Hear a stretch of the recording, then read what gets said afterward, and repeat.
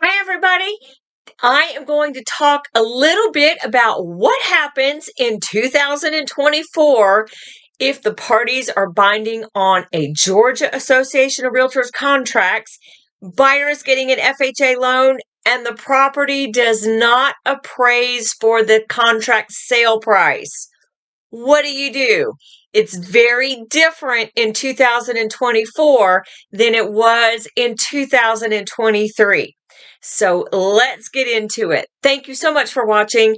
I am Dana Sparks, broker of Maximum One Greater Atlanta Realtors and the director of the Real Estate Academy of America. So thank you so much for watching. And let's just dive in. So you're binding on the GAR or Georgia Association of Realtors contract package. Your buyer is getting an FHA-Insured Loan. So in the offer, you use the GAR FHA Contingency Loan Exhibit. It is GAR F407. And so what we are referring to is the amendatory clause. The amendatory clause in an FHA insured loan, also VA insured loan, but today's topic is the FHA insured loan, is in essence the appraisal contingency paragraph. And what it in essence says is that a buyer, if the property does not appraise for, I keep saying the contract sale price, but that's not exactly true. If there is in the amendatory clause itself on the exhibit, and that is paragraph 12 of the FHA loan contingency exhibit. What an FHA amendatory clause does, and it's the GAR contract, the paragraph just is a restatement of what the amendatory clause is from the FHA. This is not verbiage that GAR made up. This is verbiage directly from the Federal Housing Authority that an FHA insured, a buyer getting an FHA loan, FHA insured loan, the lender will also require this amendatory clause be agreed to by the buyer and the seller. And in essence, what this says, there is a fill in the blank for the buyer and the seller to negotiate this amount that the property must appraise for by an FHA appraiser.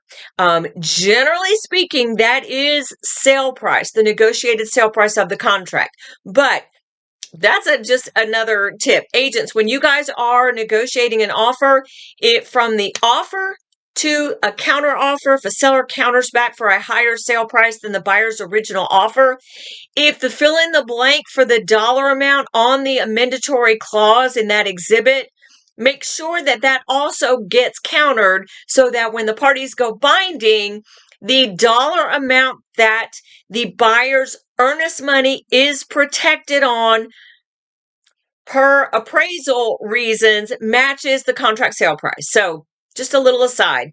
But anyway, in a mandatory clause, the FHA basically says a buyer whose loan we are insuring may not be penalized by losing their earnest money if the property appraises for less than that value.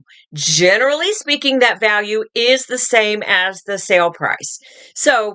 And this protection for a buyer's earnest money on a low appraisal goes through day of closing. So all of that has been the same. That hasn't changed. The contracts can't change that because that is an FHA, a government guideline, rule, regulation that the lenders must adhere to. So that's not just a contract issue. That's a lender government issue. Prior to 2023, and again, if the FHA appraiser appraises the property less than that dollar amount, a buyer may send termination to the seller based on that through 11:59 p.m. day of closing, and they will get their earnest money back. Now, they can't just not show up at closing or their default, but they have termination rights based on that issue through day of closing. So prior to 2023, in the GAR contracts, the buyer, if the appraisal came in low, the buyer could just terminate. The ball was solely in the buyer's court prior to 2023. Prior to 2024. However, in 2024, GAR in their contracts in this loan contingency exhibit F407 for the FHA loan, they have evened the playing field to give the seller the option of selling it to the buyer for the appraised value if it's lower than that negotiated value. Okay, so what do I mean? There is a brand new paragraph in the FHA loan exhibit, paragraph 13, and it is labeled Further Agreement Pertaining to Amendatory Clause. It states, notwithstanding the above, and the above is the actual amendatory clause, if the written statement by the Federal Housing Commissioner or a direct endorsement lender sets forth an appraised value of the property that is less than the minimum appraised value, buyer shall immediately provide the seller with a written copy of such appraised value. Seller may, but shall not be required to, within 5 days from the date buyer delivers notice to the seller of the appraised value, reduce the purchase price of the property to the appraised value upon notice to the buyer. And that now becomes the new sales price. In such event, the parties shall immediately prepare and sign an amendment to this agreement reflecting the new sales price and deliver a signed copy of the same to the other party. Buyer and seller shall then close the transaction at the amended sale price. All other provisions in the agreement shall remain unchanged. The amendatory clause in Section 12 above shall remain in full force and effect even if the financing contingency period has expired. Okay, what does all that mean? Let's unpack that again. The newest coaching word, unpack that. What does all that mean? That means that if the property appraises for less than that, generally speaking, sale price, but whatever that negotiated dollar amount is in the amendatory clause paragraph in the FHA loan exhibit, if the property appraises for less than that, now, when the parties are binding on the 2024 GAR contract package, the buyer now must give the seller the opportunity to sell it to them for that lower appraised value. They have to send them the appraised value and give the seller has 5 days to say, yes, I'll sell it to you for that value, or no, I won't, or negotiate another value. If the seller agrees to a new sale price that is the same as the appraisal price from the FHA, the buyer must go through with the contract and go to closing.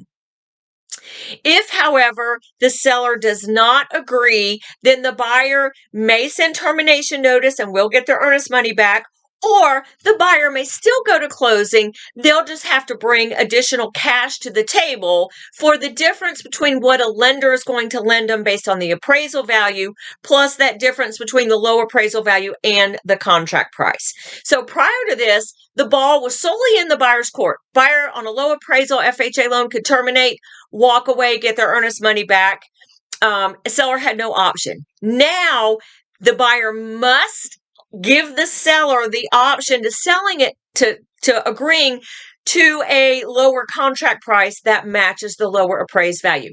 This is also the same in 2024 for a VA-insured loan.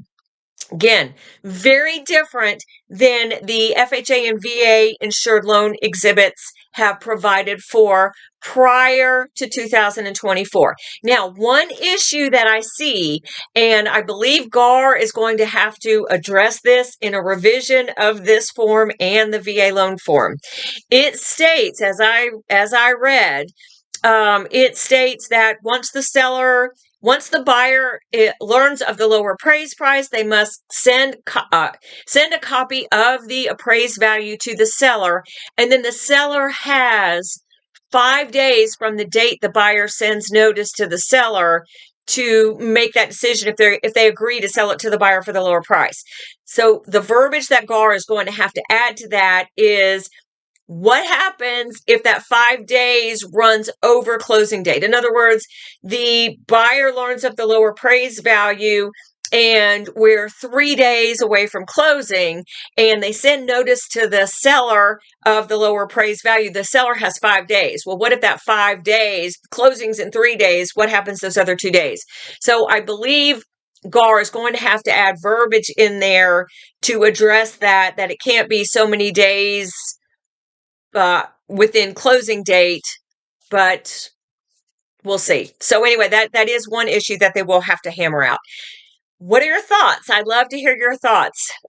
Please comment below. Please subscribe for more video tips like this and explanations of contracts, license law, ethics, all kinds of things. Thank you so much for watching. Dana Sparks, broker of Maximum One Greater Atlanta Realtors and director of the Real Estate Academy of America, satisfying your needs with service, innovation, and education. Bye.